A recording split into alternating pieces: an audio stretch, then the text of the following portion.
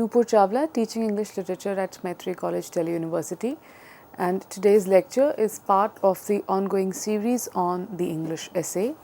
In each of these lectures, we've been discussing about the essay form, which is a very different genre that very few people talk about, or for that matter, a lot of times even confuse it with other forms of expression. But in this series, that's our entire idea, to discuss this genre, which is not brought in discussion quite often. And in each of the lectures, we discuss a particular essayist and certain excerpts from those essays. So likewise, in today's lecture, we're going to talk about William Cowper and the English essay. Now, for those of you who are familiar with the 18th century, literary period, you would have come across Cowper's name. We of course know about Johnson, Swift, etc. So, and of course among various others. Likewise, even William Cowper is also, one of the very seminal literary figures of the times, right? Now, if we see his dates, he was actually born in 1731, which is in the middle of the 18th century, and was around till 1800, that is the early 19th century. And primarily, you see, he was an English poet and an Anglican hymn writer. So that is how he is, popularly known as a poet, because of course he's written n number of poems on varied concerns, and at the same time he was also a hymn writer. Now, how did he get to writing hymns? That's something that might come to our mind. I'll come to that in a bit. But what in this lecture we're trying to understand is that while these literary figures, their primary mode of expression might be poetry or something else, but you see, all of them, I mean most of them, they did also experiment with the essay form as well.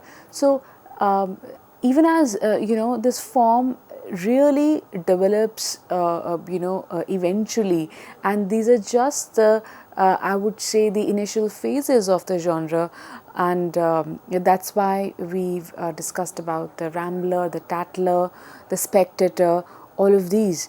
And in between these very big and seminal periodicals where the essays were published, we also have people like Cowper who were writing essays, who also tried their hand at essay writing while primarily being a poet, right? So that's the perspective with which we need to approach this particular author, that while the primary mode of expression might be a different genre, but their experiment with the form of the English essay is also to be noted and understood. So moving on, just a while ago I said that he is also an Anglican hymn writer. Now, how did he get to writing hymns? Now, what are hymns? Hymns are songs, religious songs that you often, which are often associated with Christianity, right? So now, after being institutionalized for psychological issues, Cowper found refuge in Christianity and even wrote religious hymns. So that's how he started to write hymns, because he's very this fact about Cowper is very, very famous, that he really had a difficult time with his psychological issues. And in fact, people also say that he dealt with, or he had difficult time, or he was very close to insanity as well. And that's why he had to be a part of a few asylums as well. So after having experienced, or with at such close quarters such moments where he was questioning his existence, where he was questioning the very fundamentals of life, that's when he was drawn towards Christianity, and where he also started to write hymns. But well, as we know that all great authors, all great writers, religion is not always an answer to their concerns.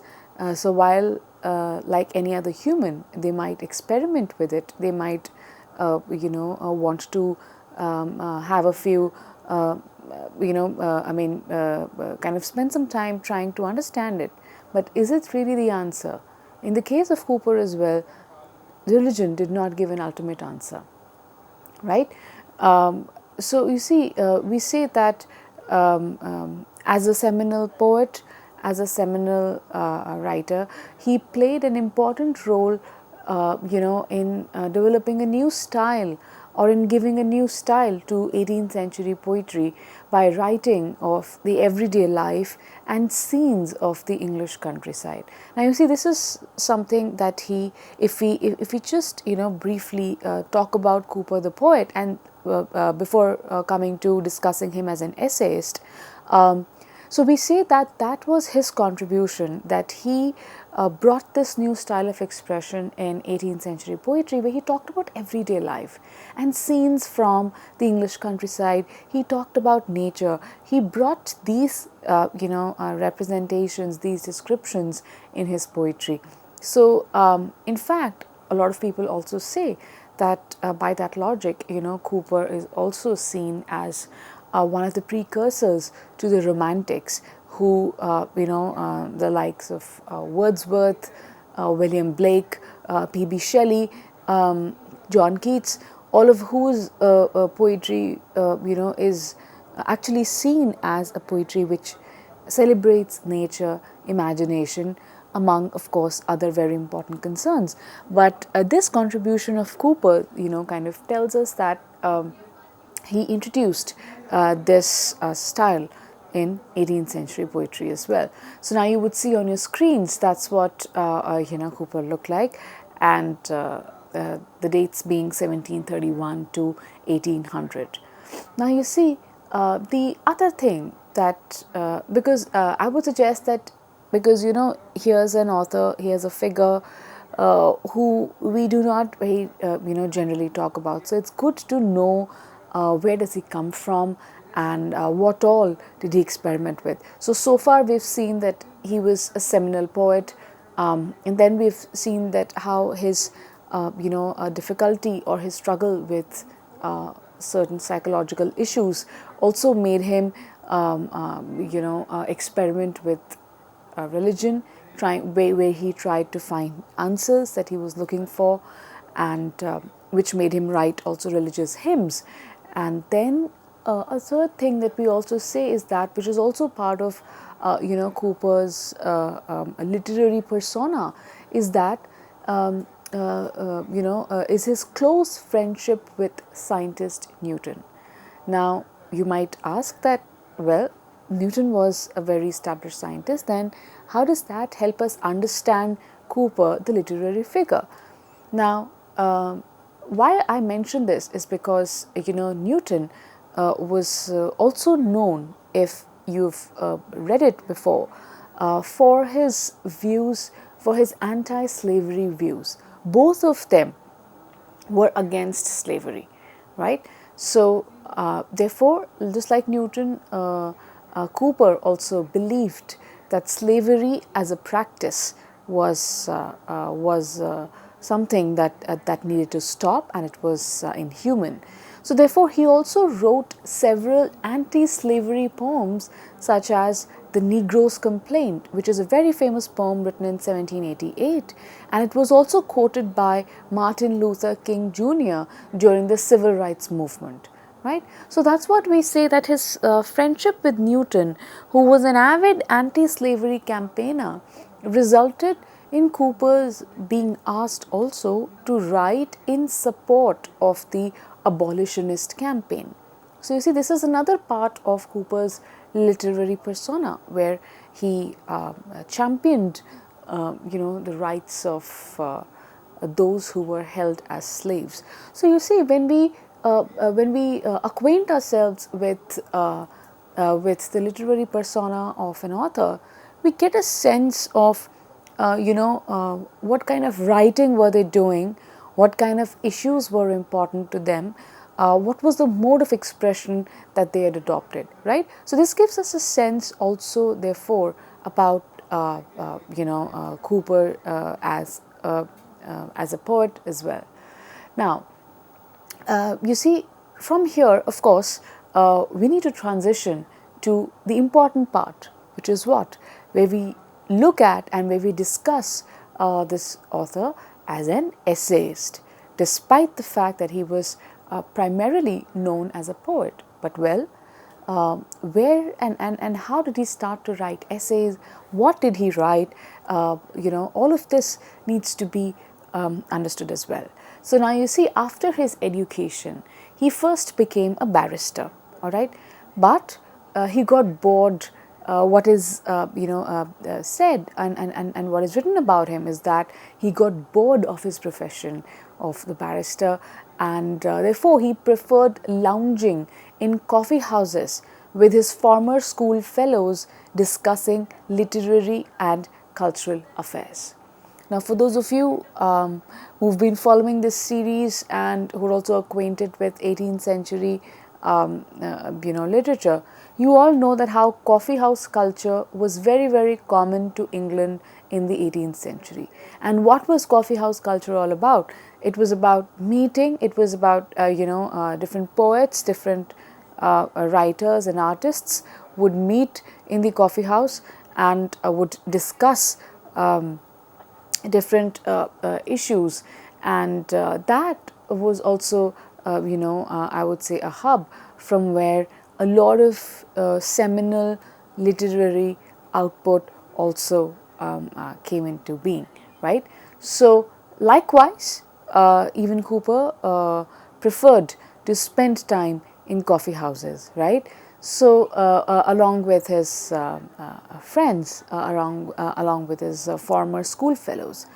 Now, you see, this is exactly where the first journal took shape, where his or first periodical took shape, where his essays were published, right. So, together, along with the school fellows, they formed what they call the Nonsense Club, right, whose weekly periodical was titled the Connoisseur, which ran for 140 numbers from 1754, which is right in the middle of the 18th century, to 1756 as an offspring, as they call it, of the Spectator, right. So, the Spectator, we all know if we've been following this series, was one of the seminal periodicals of the 18th century, with which the English essay as a form was also established and maybe also popularized,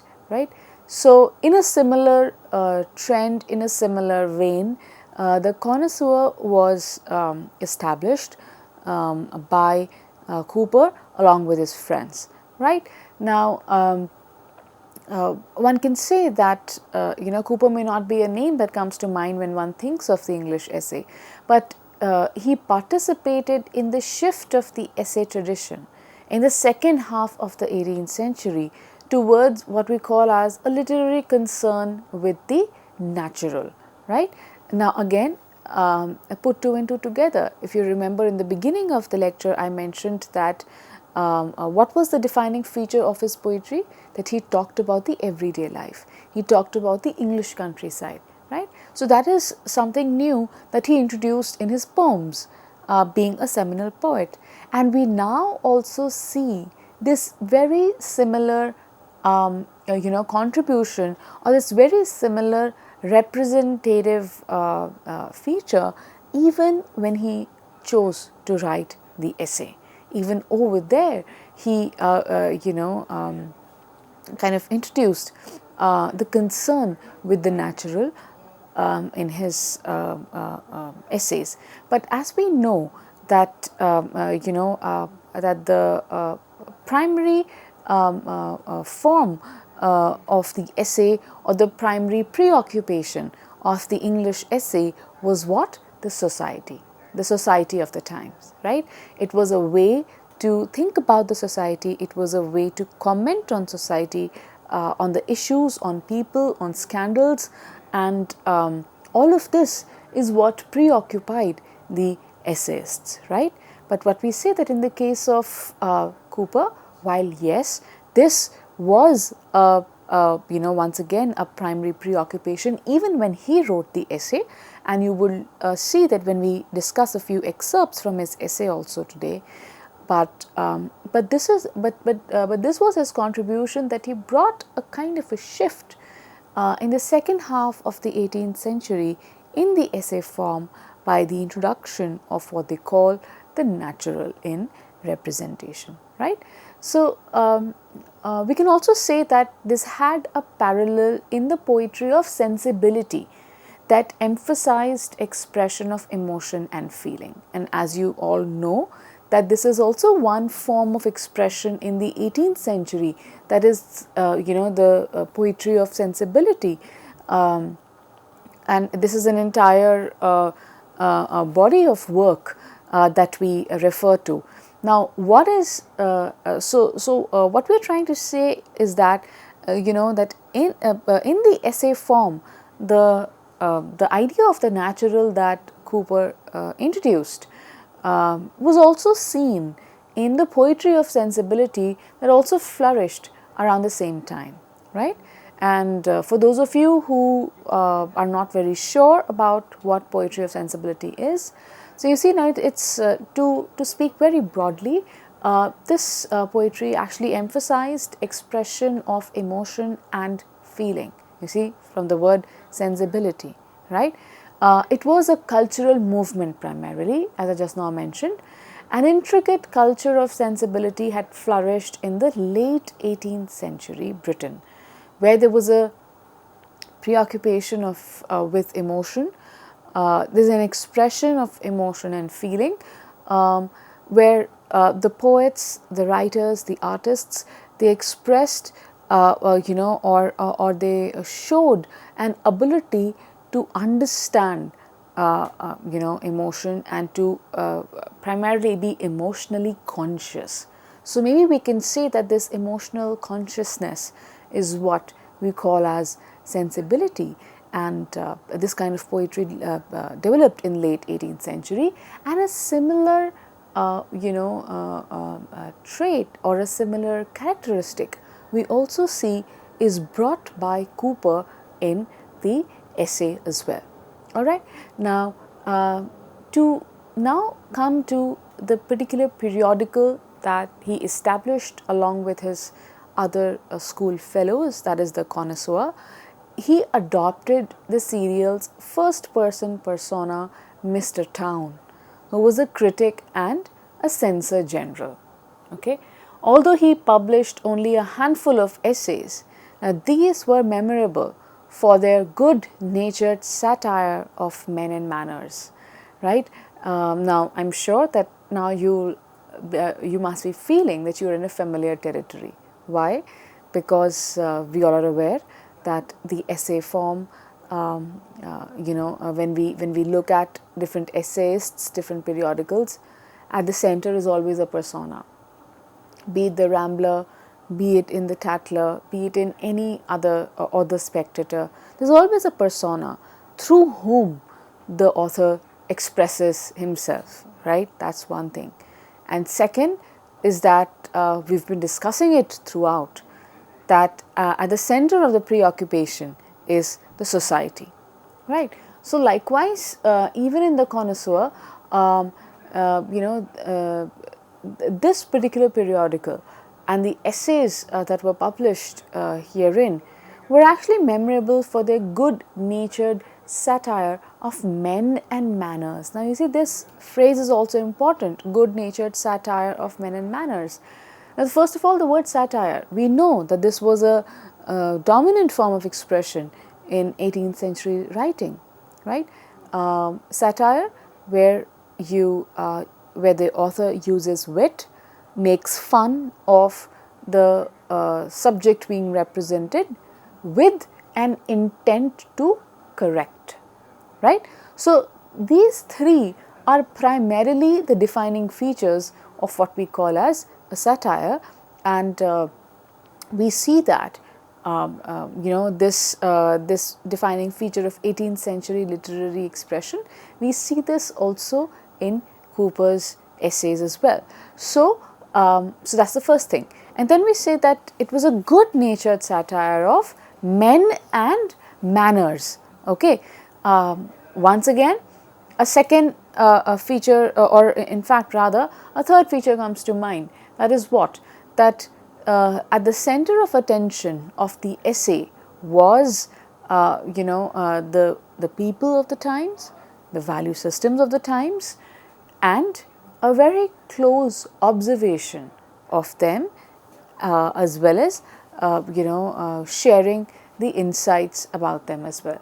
So that's exactly what the essays were doing, right? That they were very closely examining individuals, value systems, issues, and not always very seriously, but they were a source of entertainment for the people, but at the same time, were they entirely just for the sake of entertainment and did not have much merit? No, they were actually, one can say, they provided a critical view into the times and the society, and that's why we say, in the similar vein, even the Connoisseur saw or carried satire on men and manners of the times. So, men, of course, does not necessarily mean just men, but by men we mean humankind in general, and manners, it means the habits, the value systems, the usual routines of people, which were then resorted to very close scrutiny by these authors, and they wrote about them in a good humored way in the essay, right. So, in this particular lecture, we've seen or we've discussed about Cowper, his literary persona. We said that how he's a poet, he's primarily known as a poet who talked about the everyday life, who talked about the English countryside in poetry, bringing this in for the first time in 18th century poetry. Then we discussed about his closeness with Newton and his concern for slavery and his anti-slavery views. Thereafter, we went on to discuss that how did he become an essayist, and there we situated Cowper in the 18th century context, whereby we saw that he also was part of the coffee house culture, and it is through one of these moments or from this particular space that he started to experiment with the essay form as well, and that was the space which then gave birth to the periodical The Connoisseur, where Cowper then published some of his important essays, right. And we discussed, last point, that just like all other essays, just like the common traits or the common characteristic features of the essay, there is a persona. Even the Connoisseur had a persona, Mr. Town. Second, they were satirical. The essays had satirical tone. And third, the intent was to correct society, right? To not just observe and discuss, but at the same time to correct them as well. So, with this little backdrop, in the next part of the lecture, we are actually going to take certain excerpts from the essays written by Cowper in The Connoisseur and further understand him as an essayist. Thank you.